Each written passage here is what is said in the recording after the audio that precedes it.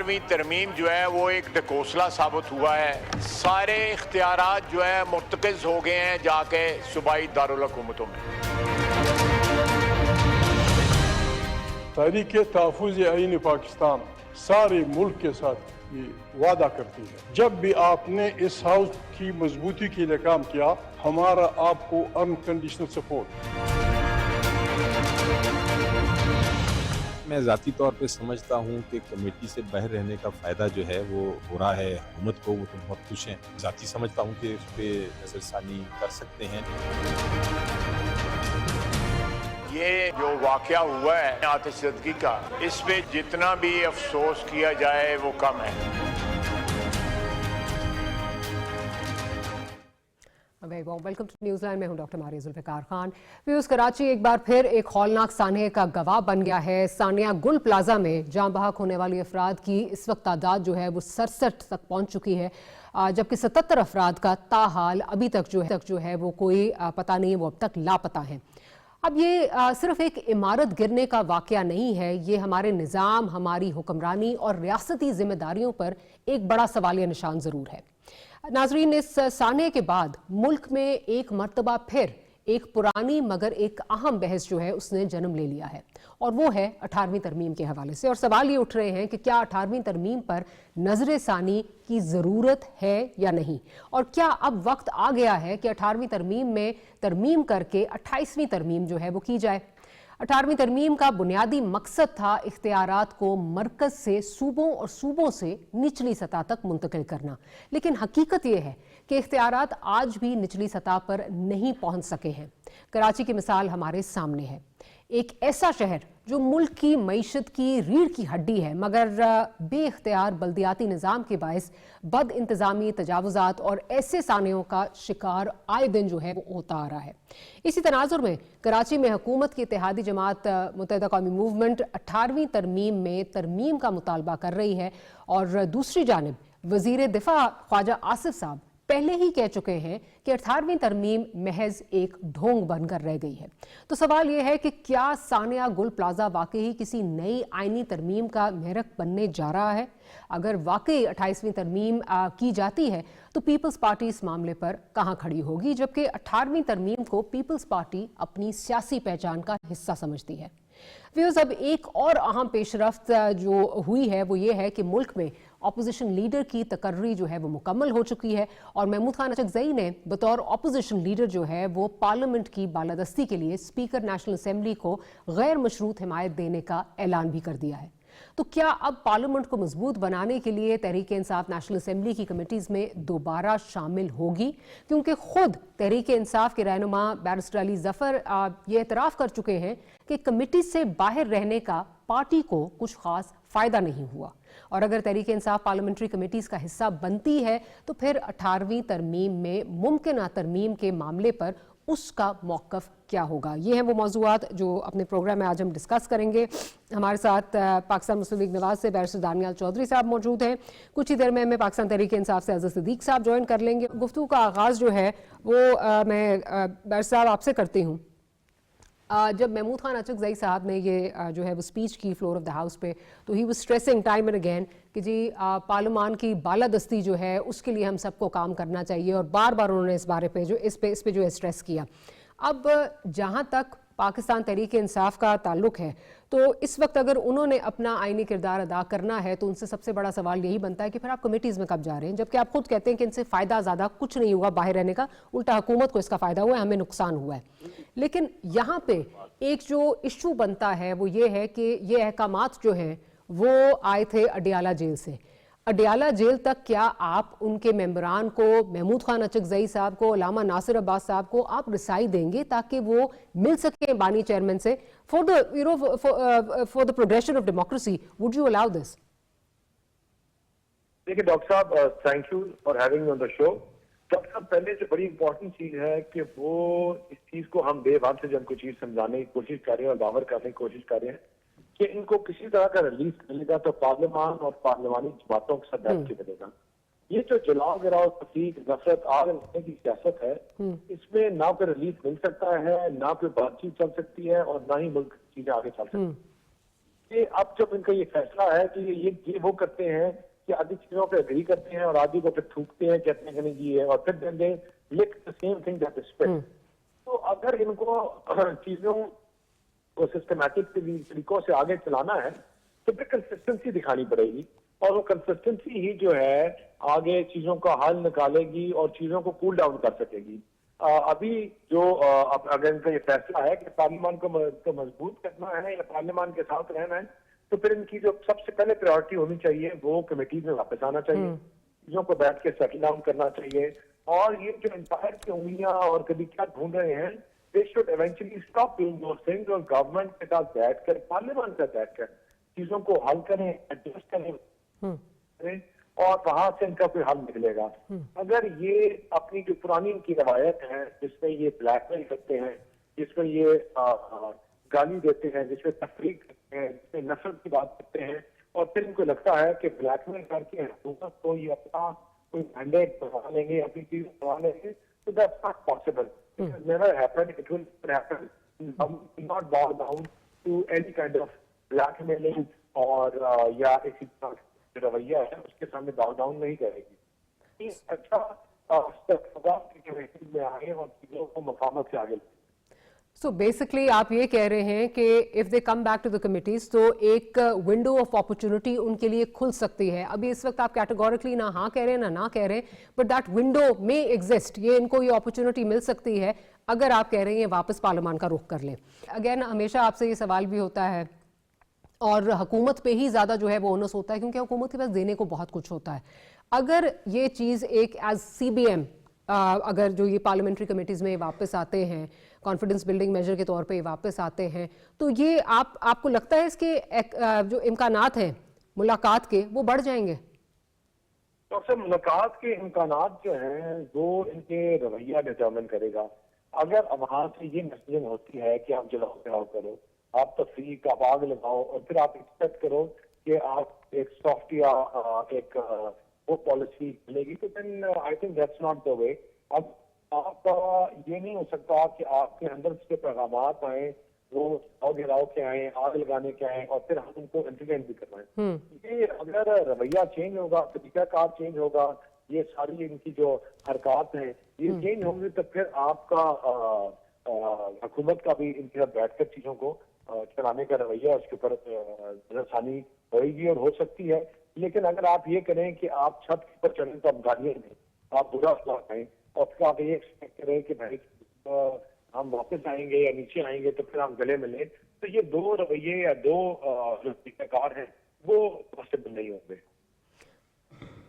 अभी कुछ ही देर में आज़िज़ सिद्दीक साहब भी जो है हम ज्वाइन कर लेंगे, लेकिन बैर साहब इसमें मेरा ख्याल है अगर हम CBMs की उनकी तरफ से बात करें तो जिस तरफ आप इशारा कर रहे हैं सबसे बड़ी चीज़ आप समझते हैं कि जो ये सोशल मीडिया ब्रिगेड है या जिस किस्म के अलकाबात से सोशल मीडिया पे इदारों के सरबराहान को, बाकी लोगों को जो है वो नवाजा जाता है, उनसे अगर इज्तनाब करें, या अगर मैं प्लेइंग ब्लंटली कहूँ तो परहैप्स सोशल मीडिया को मजल कर देना चाहिए, कुछ देर के लिए उसको जो है वो बंद कर देना चाहिए, गैगिंग ऑर्डर को कहा जाना चाहिए PTI के सोशल मीडिया पे। बिल्कुल, ये जो इनका तरीकाकार है उसी के ऊपर बिल्कुल बात कर रहे थे कि ये it has to settle down their attitude, इनका तरीकाकार। तो जब तक वो सेटल डाउन नहीं होगा या बैठकर नहीं करेंगे चीजों को, तो मफाहमत के साथ नहीं चलाएंगे, तो फिर बड़ा मुश्किल है इनके साथ बैठकर मुज़ाकरात करना। तो एक दिन ये कहते हैं कि हुकूमत के साथ हम चलने के लिए तैयार हैं, एक दिन ये बात करने के लिए तैयार होते हैं, और फिर अगले दिन जो है वो गाली गलौज करते हैं, वो पार्लियामान को के सिस्टम को डीरेल करने की बात करते हैं। तो this has to be, there needs to be consistency. There needs to be some consistency because obviously जब तक ये नहीं हो सकता कि एक वन साइडेड ट्रैफिक हो और एक साइड से जो है वो आप एक्सपेक्ट करें कि वो आपको आपके लिए कोई लेवरेज जो है वो क्रिएट करेगी, और दूसरी साइड पे सोशल मीडिया जो है, और ये हमने मुतअद्दिद दफ़ा देखा है कि पाकिस्तान तहरीक-ए-इंसाफ खुद उनके लोग जो हैं वो कहते रहे कि बहुत करीब आ जाते हैं चीज़ों की रेजोल्यूशन के लिए, लेकिन फिर उनके सोशल मीडिया अकाउंट से, फिर बानी चेयरमैन के सोशल मीडिया अकाउंट से, PTI के अपने जो ऑफिशियल सोशल मीडिया अकाउंट्स हैं उनसे इस किस्म की जहर आलूद जो है वो बातें की जाती हैं, जिसके बाद चीज़ें जो हैं वो फिर जो है वो किसी मोड़ पे नहीं पहुंचती और नाकामी का सामना जो है वो होता है। आज़िज़ सिद्दीक साहब ने हमें ज्वाइन कर लिया। साहब, अभी बात ये हो रही है कि महमूद खान अचकज़ई की जो स्पीच हुई फ्लोर ऑफ द हाउस पे, उस पे उन्होंने कैटेगोरिकली टाइम एंड अगेन उन्होंने बावर कराया कि पार्लियामान की क्या जो है वो वक़्त होनी चाहिए, पार्लियामान किस तरह मजबूत होना चाहिए, पार्लियामान मजबूत होगा तो मुल्क मजबूत होगा। आपसे अब ये सवाल है कि पार्लियामान की मजबूती के लिए क्या आप समझते हैं कि अब आपको कमेटीज़ में वापस आ जाना चाहिए, जो पार्लियामेंट्री कमेटीज़ है? बहुत शुक्रिया डॉक्टर साहब। देखिए, मैं तो अब इस दस्त की स्याही में बड़ा एक वक्त गुजर गया है। आपकी पार्लियामानी कमेटी में जब हम थे, जब फर्ज करें हम थे पार्लियामानी कमेटी में, तो पार्लियामानी कमेटी ने क्या किरदार अदा किया? क्वेश्चन बड़ा वाज़ेह है। हम तो असल में अपने मुल्क में पार्लियामान को वो इख्तियारात दिलवा ही नहीं सके जो होने चाहिए। अभी मैं 2-3 मिसालें आपके सामने रख देता हूँ।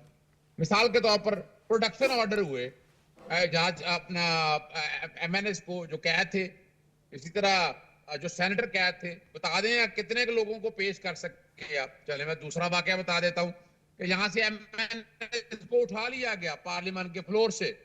जिन लोगों ने उठाया मैं उनकी तरफ नहीं जाना चाहता, लेकिन मैं एक बात आपके सामने रखना चाहता हूं कि क्या उन लोगों का पता चल गया?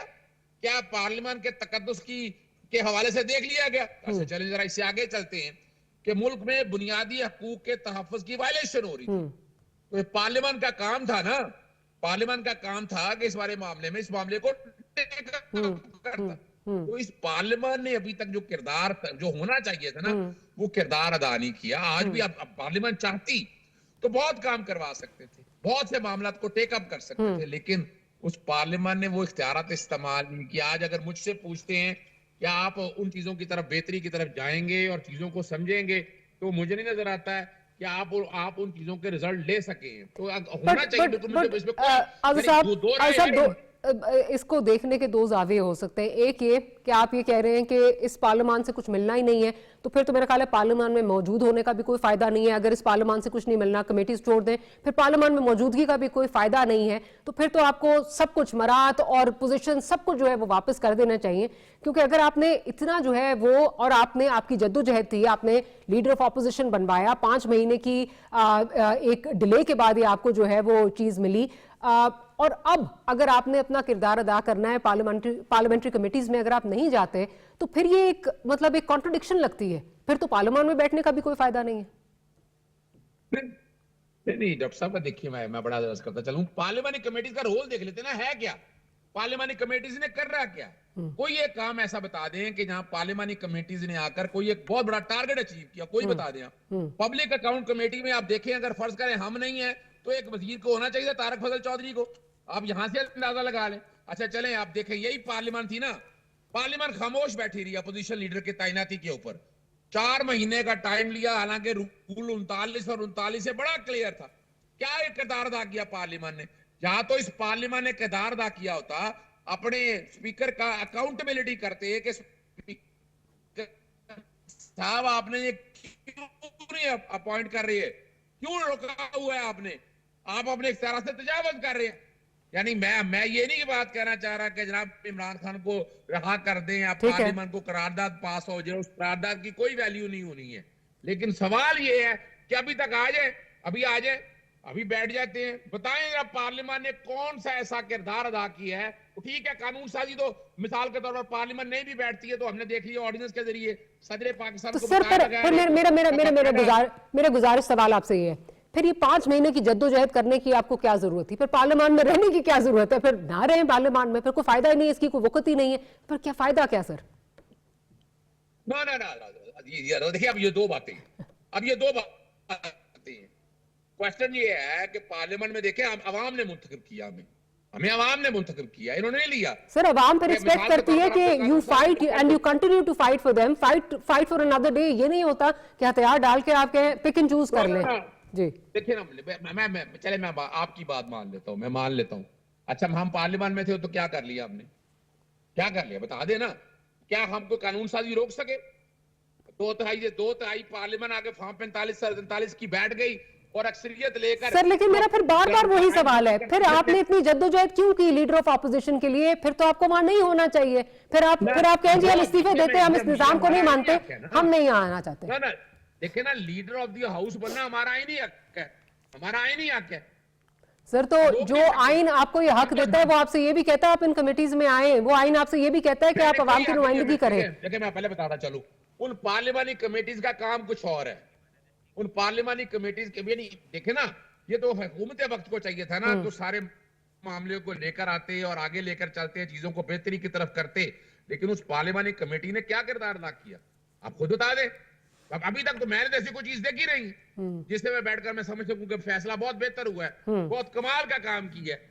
तो अभी तक तो ऐसी कोई चीज सामने आई नहीं है जो इस चीज को जस्टिफाई कर सके। अब बात समझिए मेरी को, मैं आपके साथ हूं, लेकिन अभी तक बता दे, यानी इस पार्लियामेंट ने एहतसाब के हवाले से कोई बता दे, कोई एक काम बता दे, कोई ऐसा काम नहीं है।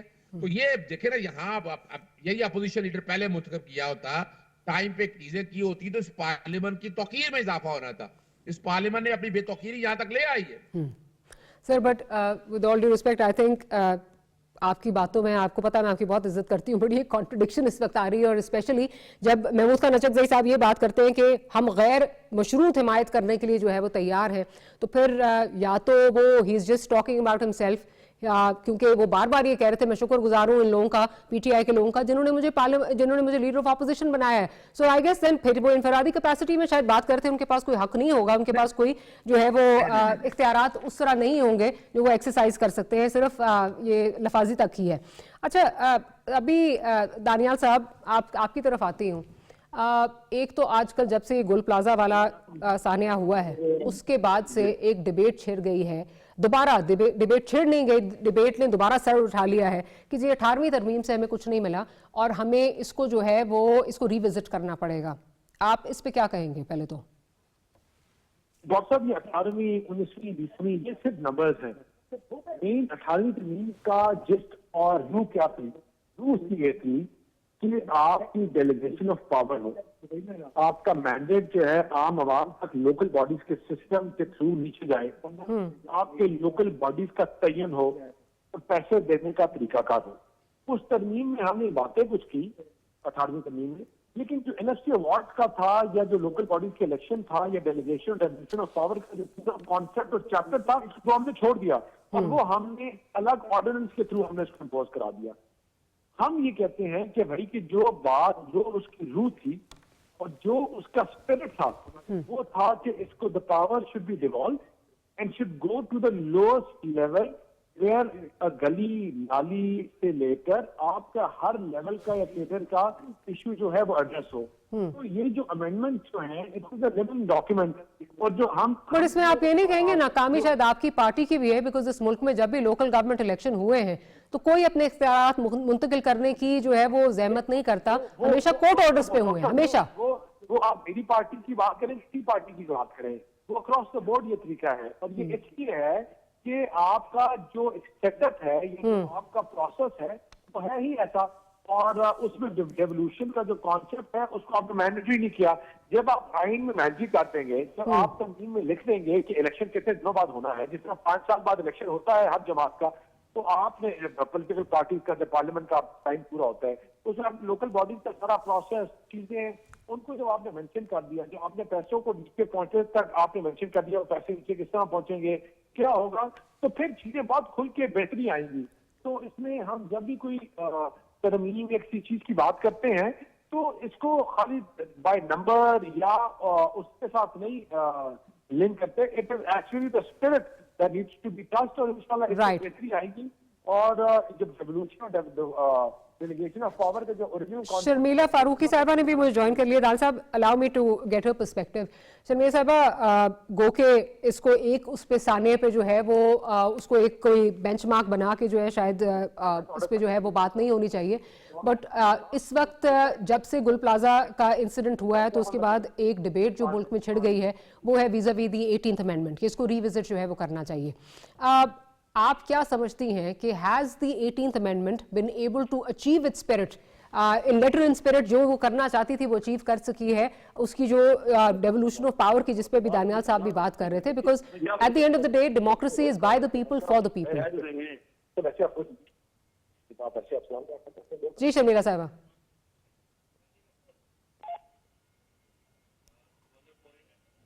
जी शर्मिला साहबा, क्या आवाज आ रही है आपको?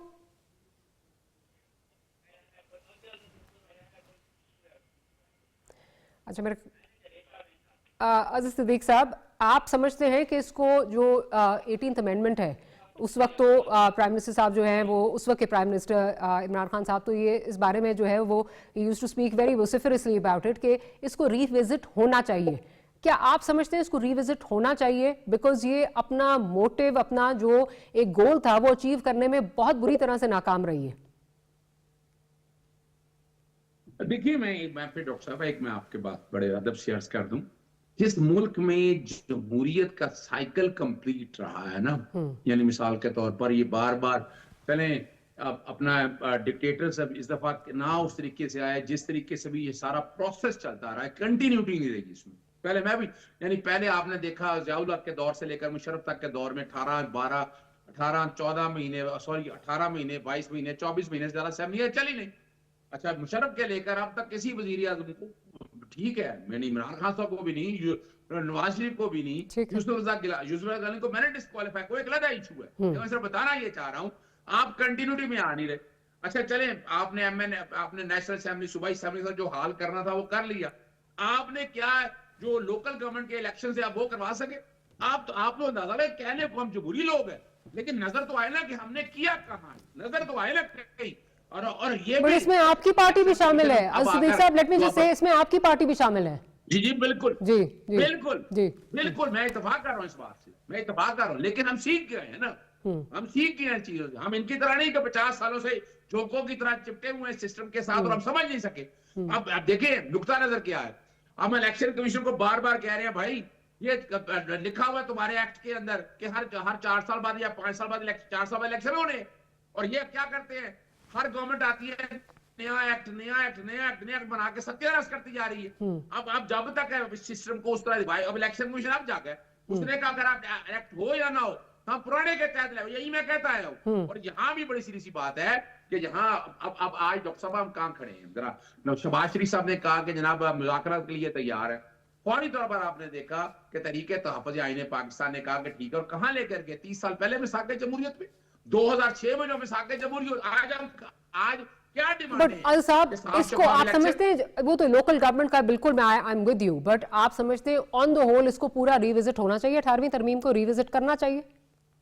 मैं शर्मिला साहब का पॉइंट ऑफ व्यू करना मैं देखिए, मैं एक बात बताऊं, 18वीं तरमीम के मैं डॉक्टर साहब बड़ी सख्त खिलाफ था, बहुत सख्त खिलाफ था, नंबर ऑफ रीजंस, मैं मिसाल के तौर पर फेडरल लिस्ट 1 का, फिर 2 का, फिर कंकरेंट लिस्ट होती थी, मैं बहुत मुखालिफ था। लेकिन अब मैं जो हालात यहाँ पर बैठकर देख रहा हूँ कि 18वीं तरमीम में अब किस पे लड़ाई है, एनएफसी पे। वो भाई एनएफसी वाले मामले को बड़ी आसानी से सेटल डाउन कर सकते हैं आप, अगर आप प्रोविंशियल फाइनेंस कमीशन बना दें, लोकल गवर्नमेंट के इलेक्शन के साथ जोड़ दें आप, तो ये शायद एनएफसी वाला फड्डा ना हो कि जो पैसों के हवाले से। तो फिर नहीं होनी चाहिए, आप इस वक्त समझते हैं कि नहीं विजिट होनी चाहिए, रिविजिट नहीं, जरूरत ही नहीं है, जरूरत नहीं है। ठीक, आपने 26वीं और 27वीं सत्यानाश तो कर दिया इन्हें पाकिस्तान। चले, शर्मिला साहिबा, आपकी पार्टी का एक बड़ा जो है वो स्टांस और हमेशा से है कि जी 18th अमेंडमेंट जो है उसको, अगर वो आपकी रेड लाइन है। हैविंग सेड दैट, जो उसकी स्पिरिट है जिसमें डेवोल्यूशन ऑफ पावर की बात की जाती है, लोकल गवर्नमेंट सिस्टम है जिसमें डिलीवर करना है लोकल गवर्नमेंट सिस्टम ने, क्या आप उससे मुतमईन हैं कि जो आपने सोचा था उसकी जो स्पिरिट थी 18वीं तरमीम की, वो उस तरह जो है वो डिलीवर कर पाई है, उस पे वो उस बेंचमार्क पे पूरा उतरी है? जी बहुत शुक्रिया डॉक्टर साहिबा। देखिए जी, सबसे पहली बात तो ये है कि एटलीस्ट वो सूबा है जहाँ पर आर्टिकल 140A अमली तौर पे आपको ऑन ग्राउंड नजर आएगा, जहाँ पर local government system on ground है। दीगर सूबों में, बिलखुसूस अगर आप सबसे बड़ा सूबा पाकिस्तान का अगर आप ले लें पंजाब, वहां पर तो सिस्टम ही नहीं है, ना वो लोकल बॉडीज इलेक्शंस करवाना चाहते हैं, ना आईसीटी के अंदर है, और दीगर सूबों के अंदर जो हालात और मामलात हैं वो तो बिल्कुल ही इस तरीके से हैं कि आम आदमी परेशान और बेहाल है। इनके अंदर जो इस वक्त लोकल गवर्नमेंट सिस्टम चल रहा है, ये वो बिल है और ये वो मुसवदा है जिसको सुप्रीम कोर्ट में एमक्यूएम ने चैलेंज किया। सुप्रीम कोर्ट ऑफ पाकिस्तान ने आर्टिकल 140A को इंटरप्रेट किया और उस इंटरप्रिटेशन के नतीजे में हमने उसमें तरमीम की सिंध असेंबली ने, और फिर इफेक्टिवली वो कानून बना और उसके तहत फिर इलेक्शंस हुए और उसके तहत अवामी नुमाइंदे काम कर रहे हैं। अब आप अगर मुझसे पूछेंगे क्या मैं 100% मुतमईन हूँ, तो मैं तो किसी भी चीज से 100% मुतमईन नहीं होंगी, क्योंकि हर काम में और हर कानून के अंदर बेहतरी की गुंजाइश होती है ऑन ग्राउंड। वक्त और हालात के साथ चेंजेस लानी चाहिए और एम्पावर करना चाहिए अवामी नुमाइंदों को, और वो होना चाहिए। लेकिन इसका हरगिज मतलब ये नहीं है कि आप पॉलिटिकल पॉइंट स्कोरिंग के लिए हर चीज को रद्द करते चलें। माजी के हाल में अगर आप देखें, क्या आप चाहते हैं कि मुशर्रफ दौर का सिस्टम आ जाए या जनरल जिया के दौर का सिस्टम आ जाए? अगर आप ये सिस्टम खत्म करना चाहते हैं, देखिए बयानियां बनाने के लिए तो ये गुफ्तगू अच्छी लगती है और सियासत चमकाने के लिए भी अच्छी लगती है, लेकिन अगर आप मुवाजना करें उस कानून का और आज के कानून का, और आज जो लोकल गवर्नमेंट नुमाइंदे यहाँ पर मौजूद है, मेयर मौजूद है, टाउन चेयरमैन मौजूद हैं, यूसी चेयरमैन मौजूद हैं, तो ये बहुत बेहतर सिस्टम है। एटलीस्ट लोगों के पास कोई जाने के लिए तो है। पंजाब में किसके पास जाएं? क्या वजीर आला के पास जाएं? लेकिन शर्मिला साहिबा, आपके जो मेयर हैं उनको मैं सुन रही थी, वो ठीक है, मेयर मौजूद हैं और मेयर आप ही की पार्टी का मेयर है, आप ही की पार्टी जो है वो लोकल गवर्नमेंट में भी जो है वो इस वक्त बरसर इक़्तिदार है। हैविंग सेड दैट वो काफ़ी पावरलेस लगते हैं। जो उनकी गुफ्तगू मैं सुन रही थी अगले दिन, जो बिलखसूस जो ये रिपोर्ट आई, जो बिल्डिंग्स का जो ये मसला था जिस पे रिपोर्ट आई, उन्होंने कहा जी इम्प्लीमेंट हम नहीं करवा सके, हमारे पास इम्पेडिमेंट्स आ जाती है, नहीं हमारी जो है वो सुनी जाती उस तरह। तो उस मामले में बात हो रही है कि क्या जी आप एक बात नहीं समझ रही है, पावरलेस नहीं होता है। जो ओहदे पे होता है, चाहे वो सरकारी नुमाइंदा हो चाहे वो अवामी नुमाइंदा हो, अख्तियार उसके पास होते हैं, तो किस हद तक उन अख्तियारात को इस्तेमाल करना चाहता है। देखिए बहुत जगह से आपको सिफारिशें आएंगी, प्रेशर आएगा, can you take that pressure? क्या आप वो प्रेशर सस्टेन करते हैं कि नहीं? यहाँ पर फिर एक सवाल निशान रह जाता है ना। अगर आप सियासी प्रेशर में आ जाएं या दोस्त अहबाबों के प्रेशर में आ जाएं या ताजरों के प्रेशर में आ जाएं, तो फिर आप अपनी जिम्मेदारी पूरी नहीं कर रहे। पावर तो है, देखिए रियासत के पास बड़े अख्तियार, बड़े पावर होते हैं, पुलिस के पास बड़ा पावर होता है।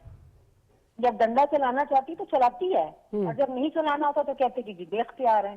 तो मैं I don't by this narrative. Definitely challenges हैं, मेयर कराची को भी चैलेंजेस हैं, लेकिन बात यह है कि इन्हीं चैलेंजेस में रह के हम सब काम करते हैं, और इन्हीं चैलेंजेस में रह के हमें एक दूसरे के साथ लोगों की खिदमत करनी है। ठीक, चले on that note I take a short break और उसके बाद डिस्कस करेंगे कि जो इस वक्त एक नज़र आ रहा है कि हुकूमत भी चाहती है, PMLN इस वक्त चाहती है, जिस तरह आपने बैरिस्टर साहब को भी सुना, ख्वाजा आसिफ साहब की गुफ्तगू आपने सुनी, वो चाहते हैं कि इसको रिविज़िट किया जाए, इसका कोई फ़ायदा नहीं हुआ।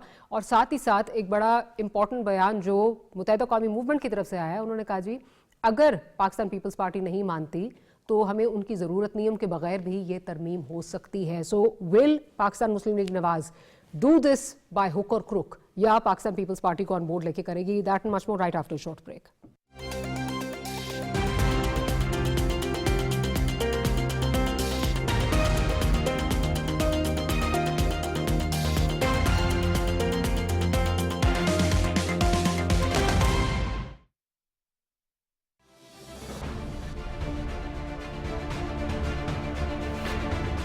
गदागरी मुआशरती अलमिया, इसकी रोकथाम इंतहाई जरूरी। हुकूमत पंजाब का पेशावर भिखारियों के खिलाफ क्रैकडाउन का फैसला। बच्चों से भीख मंगवाने वाले माफिया चीफ को 5 से 7 साल कैद और 5 लाख से 7 लाख रुपए जुर्माना, जबकि जुर्माने की अदम अदायगी पर मजीद 1 साल कैद की सजा होगी। आए ऐसे तमाम अनासिर की हौसला शिकनी करें और हुकूमत के साथ ताउन करते हुए ऐसे बच्चों के इत्तला खसूसी हेल्पलाइन 1121 पर दें। बच्चों का तहफ़्फ़ुज़ हम सब का फर्ज, हम सब की जिम्मेदारी।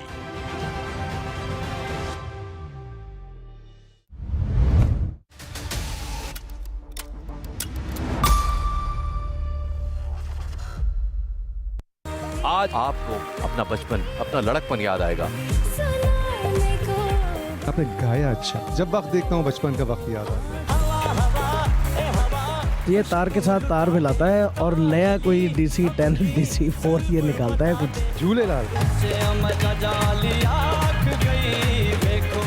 तुम एक जादू की पटारी हो, हर दफा एक नई चीज निकलती है उसके अंदर से। मुबारक हो, I really love this performance.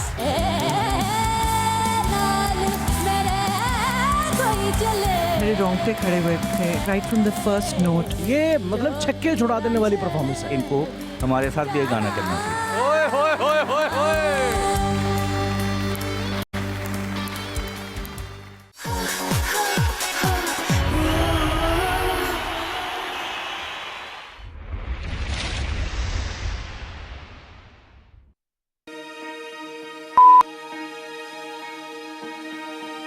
दौरे जदीद के तकाज़ों से नहीं बरती गफलत हमने। टेक्नोलॉजी की दुनिया में एक नाम है हमारा, है हमारा जवान दुनिया में पहचान हमारी।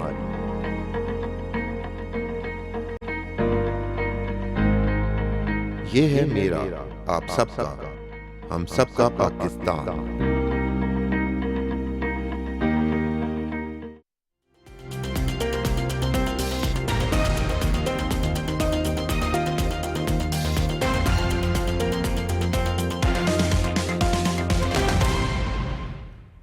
Welcome back after the break. Barrister Daniyal साहब, आपकी तरफ आती हूँ। आप अपना पर्सपेक्टिव तो इस पे दे ही चुके हैं और आपकी पार्टी भी जो है वो बड़ी वोसिफरसली इसको जो है वो सपोर्ट कर रही है। हैविंग सेड दैट, आपको पाकिस्तान पीपल्स पार्टी आपकी एलाइड पार्टी है, एलाइड जो है वो आपके साथ इस वक्त मौजूद है। आप क्या समझते हैं कि उनके आपने रिजर्वेशन सुने हैं, क्या आप इसको उनके बगैर जो है वो रिविजिट करेंगे? जैसे हैदर अब्बास रिजवी साहब कह रहे हैं कि जी हमें इनकी ज़रूरत नहीं है पाकिस्तान पीपल्स पार्टी की, हम खुद भी ये कर सकते हैं। बाय हुक्म की होनी है और इनके बगैर करेंगे, या इनको कायल करने की कोशिश कर रहे हैं आप? नहीं डॉक्टर साहब, देखिए ये जो आज पार्लियामान है और जो ये कुर्सी है जिस पे आज हम बैठे हैं, ये कांटों की सेज है। ये देवान में हमने कुछ शौकिया नहीं दी थी, एक मुश्किल फैसला था, एक कठिन फैसला था, लेकिन उसको किया, उसमें हम तमाम जमातों के बाद हम ये उस पे पूरे उतरे और इसमें हम अकेले नहीं हैं। देखिए, हमने कोई भी फैसला लेना है तो हमारी हमेशा कोशिश यही है कि हम अपने एलाइड जमातों को, अपने दोस्तों को ऑन बोर्ड लेकर, साथ लेकर चीजों को चलाएं। मुश्किल फैसले हैं, कठिन फैसले बाद हमें लेने पड़े, लेकिन इसलिए लेने पड़े कि मुल्क स्टेबल हो, चीजें बेहतर हो। और अगर हमारे एलाइज की और पीपल्स पार्टी और जमातों की अगर तरजीह ये है कि हम पाकिस्तान को मुस्तकम करना है, अपनी सियासत से बालातर रखकर मुल्क को रखना है, अपनी जमातों से बालातर मुल्क को रखना है, तो वो हमारे साथ ही होंगे और इंशाल्लाह इस चीज को हम इकट्ठे लेके जाएंगे। वो हमारे एक एलाय है, हमारे गवर्नमेंट के हिस्सा है, पार्ट एंड पार्षद है, और इंशाल्लाह उनकी बशावत से ही चीजें आगे चलेंगी। बिकॉज उनका और हमारा हदफ जो है, हमारी पॉलिटिकल आईक्यू, पॉलिटिकल चीजों पर हमारी तकलीफ हो सकती है, डिफरेंसेस हो सकते हैं, अलग सोच हो सकती है तरीकाकार सियासत का, लेकिन हमारा अटमोस्ट इम्पोर्टेंस हमारी भी यही है और उनकी भी हमें उम्मीद है कि यही है कि पाकिस्तान को मजबूत करें, ताकतवर करें और पाकिस्तान के लिए वो फैसला करें जो मुल्क को मजबूत करें। अच्छा आज़िज़ सिद्दीक साहब, गो के आपने भी अपना पर्सपेक्टिव दे दिया है, बट हैविंग सेड दैट, माजी में आपकी पार्टी जो है और जैसे मैंने कहा बानी चेयरमैन जो हैं वो बहुत इसको जो है वो सपोर्ट किया करते थे कि ये, क्योंकि एक चीज़ ये भी आती जी, वफाक के पास रहता कुछ नहीं है। जब आपने कर्जे दे दिए तो वफाक के पास डेट सर्विसिंग के बाद रहता कुछ भी नहीं है। और जिस किस्म की जो अभी जो बातें हो रही हैं बिलखसूस इस पे कि जी इन्वेस्टमेंट के लिए आपके पास बचता क्या है, क्या करेंगे आप? आपको लगता है कि रिविजिट इसको करना चाहिए, या आपकी पार्टी अभी इस पे सोच विचार कर रही है, या आपने अभी जो फैसला दिया है ये हतमी है कि इस पे कुछ नहीं होना चाहिए, और अगर इसके खिलाफ कुछ होता है तो आप कहाँ खड़े होंगे? देखिए ना, हमने आईने पाकिस्तान 1973 को एक कागजी टुकड़ा बना लिया, हालांकि ये इब्रानी मुआहदा सोशल कॉन्ट्रैक्ट है। 26वीं 27वीं आईनी तरमीम के लिए बता देंगे दोनों सियासी जमातें क्या मैंडेट लेकर आई थी कि ये तरमीम करनी है, और जब 18वीं तरमीम हुई थी वो सर्टेन पीरियड के लिए कहा गया था कि आईनी कोर्ट बनाने या आईनी बेंच बनाने। अब तो आपने एक सुप्रीम कोर्ट के ऊपर ला, यानी आप देखें ना 1973 के आईन की शक्ल बिगाड़ दी है। अब दूसरी तरफ आए जो बड़ा अहम इशू है आपका, देखिए अब इसके लिए आप करना है ना, आपको चाहिए कि पार्लियामेंट में डिबेट शुरू कराएं, सुबह की असेंबली में डिबेट कराएं, इसके ऊपर कन्फ्रंट कराएं इनको, सिविल सोसाइटी को, अपना लॉयर्स को, जर्नलिस्ट को, सबको बाकायदा थिंक टैंक को अपनाएं कौम के। लेकिन आप खाली क्या चाह रहे हैं? आप चाह रहे हैं कागज का टुकड़ा एक आए और दोनों बैठ कर आपस में पास कर दें, जैसे 26वीं और 27वीं तरमीम में हुआ। अब ये बड़ा सीरियस इशू है। मैं इत्तेफाक करता हूं इस बात के कि वफाक को जो ये सारे काम करने हैं उसके लिए काम करना चाहिए, लेकिन ये तरीका तो कोई नहीं है। अभी रिसेंट बता देता हूं कितना जुल्म किया सूबों के साथ। सेल्स टैक्स जो है मिसाल के तौर पर पेट्रोल पे हम ले रहे हैं तो वो सुबह को जाना है, उन्होंने वहां पर खत्म करने के बाद पेट्रोलियम डेवलपमेंट लगा दी है, डेवी लगा दी है, 826 अरब रुपए है, वफाक ले गया ये पैसा, उसने सुबह को नहीं देना।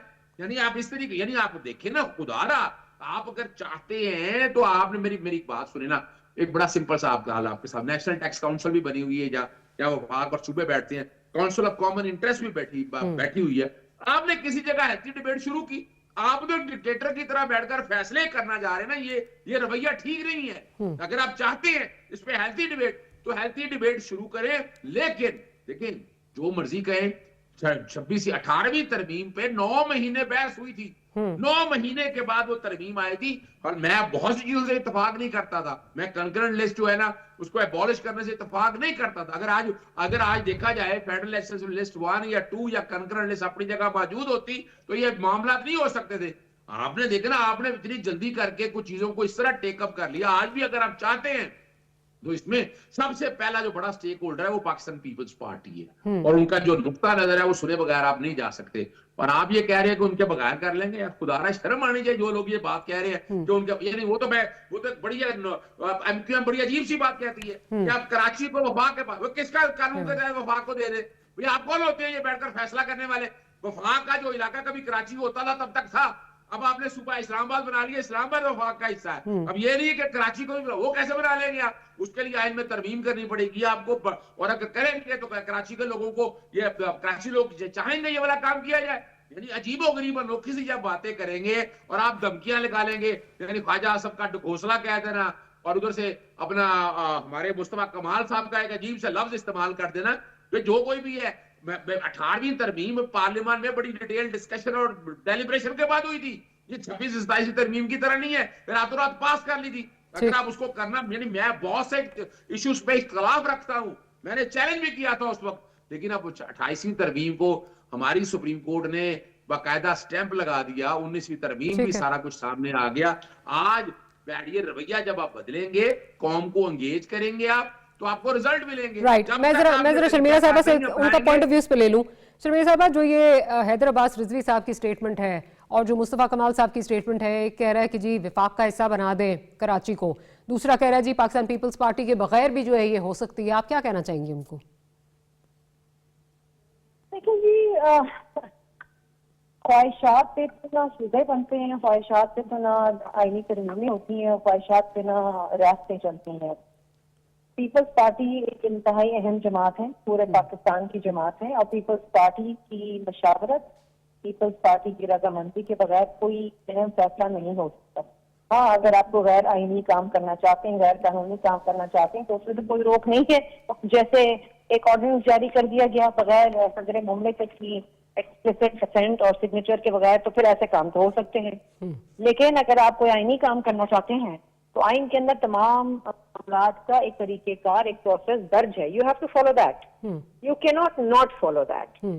बट शर्मिला साहबा, वुड यू से कि जिस तरह ये 26वीं और 27वीं तरमीमें पास हुई हैं, that is kind of opened up the flood gates for इस तरह की जो है वो इकदामात। अगर कल जैसे अभी अज़र साहब भी बात कर रहे हैं, अगर इस तरह ना हुई होती तो ये फ्लड गेट्स ना खुले होते, एक रवायत ना सेट हुई होती।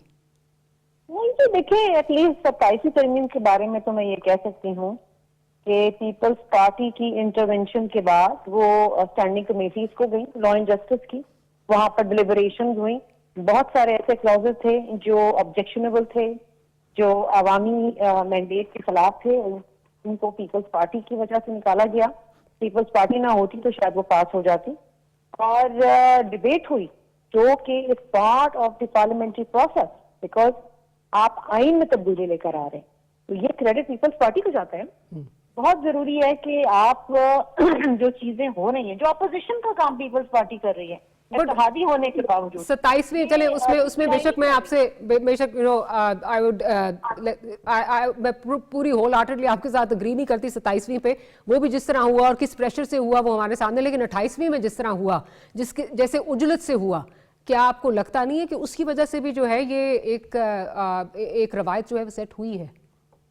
देखिए, उसमें भी जो 26वीं आईनी तरमीम थी, उसमें भी अगर चेयरमैन बिलावल भुट्टो जरदारी साहब इंटरवीन ना करते तो मौलाना साहब would not have been part of that process and part of that voting. और इसी तरीके से 27वीं के बारे में भी अगर बिलावल भुट्टो जरदारी साहब करके ये सब चीज डिबेट के लिए ना खोलते तो हुकूमत ने तो नहीं बताया था। हमने तो डिबेट के लिए खोल दिया। We put everything on and you satisfied कि मीनिंगफुल डिबेट हुई, अच्छी डिबेट हुई एंड उसके बाद ये हुई है? यस, बिल्कुल हुई, because standing committees are very powerful और स्टैंडिंग कमेटी डोमिनेट करती है लेजिस्लेशन को, पार्लियामेंट्री फ्रेमवर्क को, और वहां पर सब जमातों के नुमाइंदे बैठते हैं, सेनेट और नेशनल असेंबली की। तो वहां पर बिल्कुल डिबेट हुई है और बड़ी लेंथी और डिलिबरेशंस हुई हैं। वो और बात है कि ऑपोजिशन के लोगों ने वहां बैठने से इनकार कर दिया और बाइकआउट किया, बिकॉज उनको कोई कंट्रीब्यूशन करनी ही नहीं है।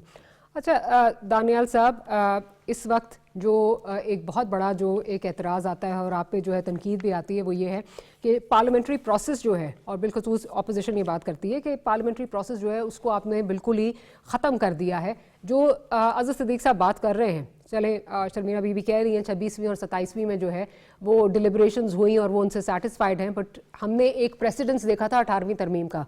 इतनी जब इम्पॉर्टेंट एक जो आइन में जो है वो चेंजेस आनी थी तो 9 महीने उस पर डिबेट हुई, उसके बाद जाके civil society, all segments of society were taken on board and then it came into being. इस पे अगर ये आप रिविजिट करने जाते हैं, क्या आप तमाम स्टेक होल्डर्स को ऑन बोर्ड लेंगे? क्या आप उस तरह इस पे जिस तरह जैसे 9 महीने में पास हुई थी, क्या उतना टाइम तो नहीं चले मैं कहती, बट आप इसको एक अच्छा टाइम जो है वो देंगे जिसपे सारे स्टेक होल्डर्स को ऑन बोर्ड लिया जाए, थिंक टैंक्स को ऑन बोर्ड लिया जाए?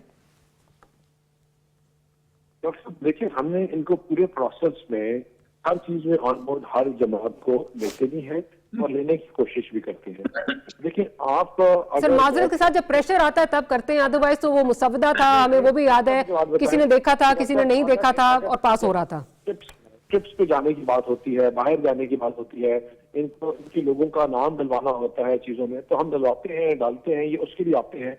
लेकिन अपनी जाती जो बातें हैं या जाती चीजें हैं, ये उनके लिए ये अगर बैठकर पीछे देखिए, आप एक मैकेनिज्म तय करेंगे तो चीजें चलेंगी। अगर मैकेनिज्म से रोज बैकआउट कर जाते हैं और नया तरीकाकार मैकेनिज्म बनाने का रोज ये करेंगे तो फिर तो बड़ा मुश्किल होगा। तो अगर ये सीरियस है इन चीजों के ऊपर तो ये बैठकर एक स्पीकर साहब के साथ एक तय करें, एक तरीकाकार, और तरीकाकार तय करेंगे तो चीजें आगे चलेंगी और चीजें सब बिल्कुल ठीक होके चलेंगी।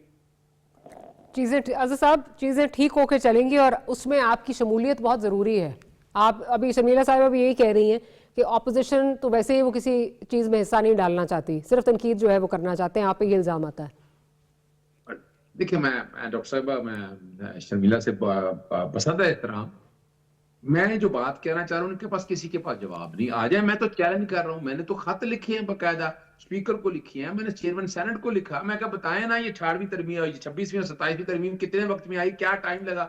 हमने तो यानी मैं तो हैरान हूँ, डिलिब्रेशन कितनी, डिलिब्रेशन इतनी अहम तरमीम, डिलिब्रेशन कितनी है यहाँ तक नहीं आ सके भाई। अब मैं जो बात कहना चाह रहा हूँ कि अब चले फर्ज करें कुछ 27वीं तरमीम, कोई 27वीं तरमीम अगर आना चाहती है, आना 28वीं तरमीम आना चाहती है, उसका ड्राफ्ट तो लाए ना कौम के सामने क्या है पहले, और उसके बाद आप इन्वॉल्व करें, सिविल सोसाइटी को इन्वॉल्व करें, लॉयर्स को इन्वॉल्व करें, कौमी असेंबली सॉरी सूबाई असेंबलियों के अंदर लेके आए, कोई डिटेल डिस्कशन तो शुरू हो ना उसके ऊपर।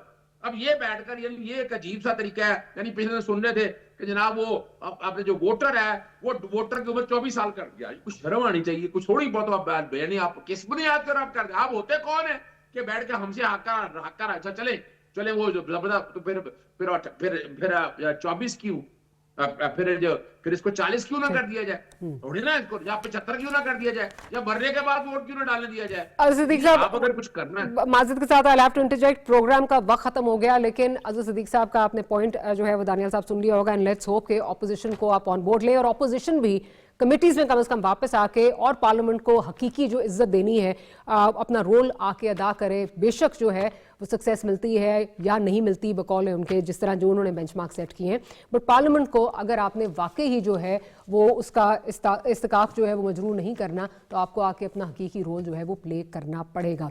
On that note we'll close today's program. Sharmila साहिबा, pleasure having you here with us. Azhar Siddique साहब और दानियल साहब, thank you for making time. Will see you tomorrow. Good night, अल्लाह हाफ़िज़।